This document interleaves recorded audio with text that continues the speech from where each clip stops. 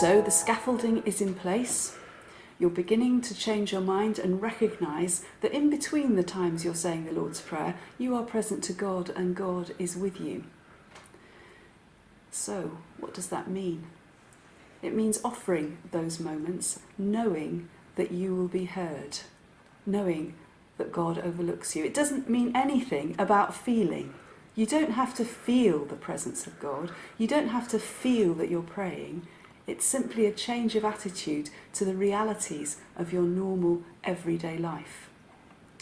I was terribly pious as a young person, and so it was an incredible shock to me when I had a baby.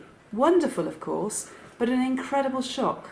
I had a super life of prayer. I prayed 5 times a day. I read the scriptures. I sat in silence. I prayed while I was cycling my bike.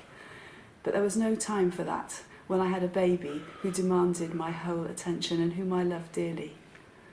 And then, as that grew on and it turned from a baby into children whom I had to feed and wash and clean, and that horrible moment when I realised that I was going to spend the next 20 years of my life at 5:30 in the afternoon chopping onions for whatever meal I was about to prepare. And then the words of Brother Lawrence came to me.